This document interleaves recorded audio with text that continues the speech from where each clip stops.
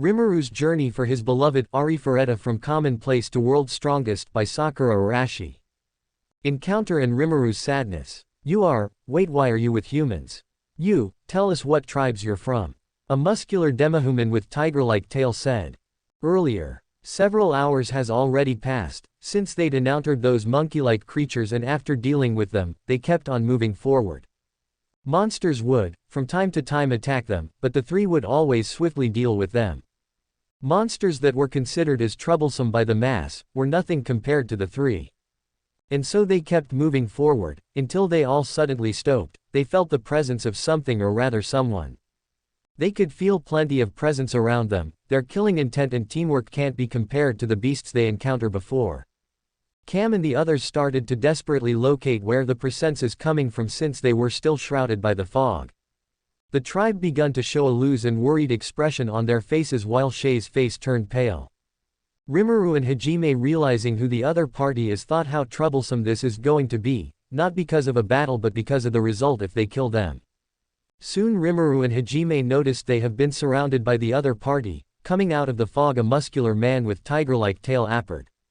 Wait, why are you with humans? Tell us what tribes you're from. The person said. Seeing humans walk alongside demihumans. The tiger-like demihumans looked at Cam and his tribe as if they were traitors. They readied their double-edged sword while taking a stance surrounding them. Cam, who was drenched in his cold sweat, was saying when he was interrupted by a tiger-like demi-human. Oi, isn't that the white-haired rabbit man, bastard? So you are the Howlia tribe, a disgrace to demihuman race. He said. First you deceive us into raising that taboo child, and now you've brought humans here. I won't hear any excuses. Everyone shall get executed. Her. Bang. With a look from Rimuru, Hajime quickly grabbed his gun and fired. A loud sound along with a bright sudden flash could be seen. At the same time, the tiger-like demihuman noticed something grazed his cheek, leaving traces of gouged trees as it disappeared into depth of the forest. The tiger-like demihuman who was grazed, froze in his place, unable to understand what happened. If his ears were located at the side just like humans, it surely would have been blown away. Everyone was stunned by the unknown explosive sound added with an attack so fast they are unable to react. Then Rimuru released some of his haki, putting intense pressure on those who it was directed at, causing them to fall down, laying down on their chest unable to lift a finger. If I wanted it, all of you would have died in an instant, so I recommend you think before you act, I said, increasing the pressure a little more. HHO. For all of them to be on the ground in an instant, unable to lift a single finger, actually how did he even know where his comrades are? All of them were hidden in the fog while surrounding their enemies. What the hell is this? There's no way he's human, this has to be a joke. He thought. I am giving you a choice. If you choose to retreat, I'll spare your lives, but continue to resist and all of you will die, Rimuru said. The tiger-like demihuman knew he wasn't bluffing. He's the captain of the second guard of Fia Belgine, and his work required him to guard Fia Belgine and the surrounding village. It was his pride and resolution that made it hard for him to make the choice of backing away, but nevertheless it was better to retreat. Surrender, he muttered. Hearing that, Rimuru absorbed back his haki, letting go of the pressure that was killing them. Good choice, Rimuru replied. After they've collected themselves, the tiger-like demihuman looked at Rimuru before asking. Can I know your purpose here?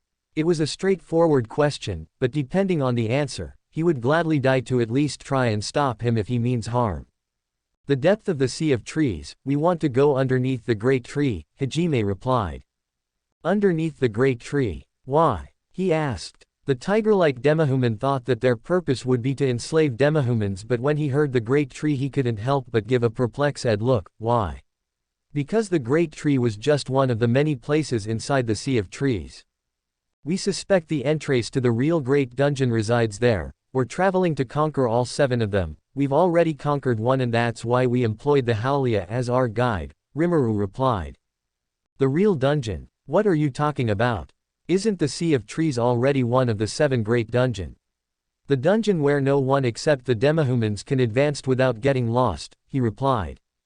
That's very unlikely. First, the monsters here are far too weak. It doesn't even compare to the monsters at the Orcus dungeon, Second, it can't just be the Sea of Trees itself because it wouldn't be a challenge or a trial for demihumans to attain the power hidden inside them. Rimuru said, causing the demihuman to look at Rimuru dumbfounded along with Hajime.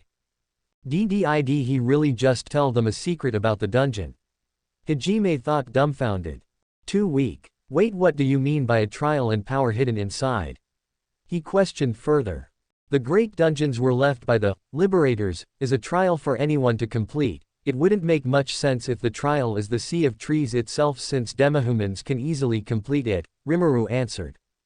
The tiger-like demihumans was unable to hide his confusion after hearing Rimuru's words. I can see you're confused, but all you need to know is that we mean your people no harm. We only seek the great dungeon, so don't worry, Rimuru said, assuring him of their intentions. The tiger-like demi-human had a conflicted look on his face, as he ponders what he should do in this situation. He doesn't look like he's lying about their intentions, so I doubt they're here to harm us. Besides, if he wanted to, he could have killed everyone in an instant, but even so, I can't let someone this powerful loose, even if they don't have any ill intentions towards us, the demihuman thought. I believe you. I don't care if you go to the great tree, at least that's my personal decision. However, I'll need to report this to the captain of the first guard and the elders of this country. The elders might know something about your story, so if you're okay with it, I'd like you to wait here with us. The tiger-like demihuman said while being drenched as cold sweat. He knew if he doesn't choose his words carefully it would mean the death of all of them, but he also knew he couldn't leave such powerful individuals alone. Hajime and Rimuru looked at each other, thinking on what they should do. I think it's not a bad idea, it benefits us the most after all, Hajime said. Yeah, I agree with you, it's certainly better than reaching our destination only to find out it's the wrong place. Besides, if we get permissions we wouldn't have to annihilate them for trying to oppose us. Rimuru replied, saying the last part while looking at the tiger-like demihumans, giving him another drop of sweat. Alright, we'll agree to your proposal, but think carefully about what you plan on doing. Try to be hostile, and I'll guarantee you all death, Rimuru said. Thank you for your consideration and your mercy. You heard him, report this to the elders. He told one of his subordinate. After his command, one of his subordinate immediately left to report what has happened. After that tense encounter, they all started to relax while waiting for his subordinate to come back. Yu started to flirt and cuddle with Hajime while Shay tried getting close to do the same but was blocked by Hajime. Rimuru just sat at a stone while looking at the mask Shizu gave him thousands of years ago. This memento along with the body he's using is what he holds on to the most, something that's very important to him. This is what keeps him going, and what constantly reminds him of his true goals.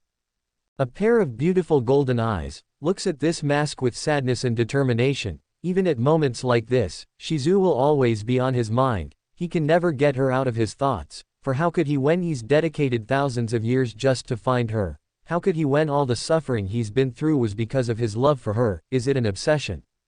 Or is it denial? Who knows? But the fact is that he just can't let go of her. He just can't let go, even after thousands of years. He just can't let go of her. No matter how much it pains him, he just can't let go of her. What does he really need?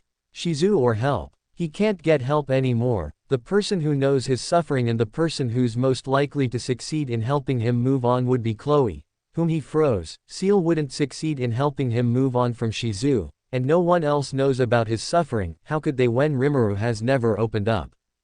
Author's note. Guess what the future holds? Does Rimuru accept the fact that Shizu's gone, or does he successfully reunite and find her? What do you think? On the other corner, while the two girls fight over him, he notices his brother. He looks sad, while looking at a mask. Was this the first time he's ever seen his brother sad? No, this was the second time. The first was back in that library. Back then he was looking at a book. Now he's looking at his mask. Where did that mask come from? What did it really mean to his brother? He could tell his brother was sad about something, but determined about something at the same time. What was it? He wanted to know his brother's problem and he wanted to help him, just like how his brother always helps him. He's gonna silently observe his brother and find out what's really troubling his brother. After waiting for an entire hour, several new figures of demihumans started coming out of the fog. An elderly man who was in the middle especially attracted their attention. Beautifully flowing blonde hair along with his blue eyes that shows great knowledge, He also has a long and pointed ear, obviously a wise and old elf. So you're the human, what's your name? He asked. My name's Rimuru Nagumo, he's Hajime Nagumo, and her name's Yu. It's a pleasure to meet you, Rimuru said with a bow. The pleasure's all mine, thanks for sparing them even after we attacked first. Now then, I am Alfreric Hypist, an elder of Fia Belgine. I've heard of your request, but before that, I'd like to ask, where did you hear the name, Liberators?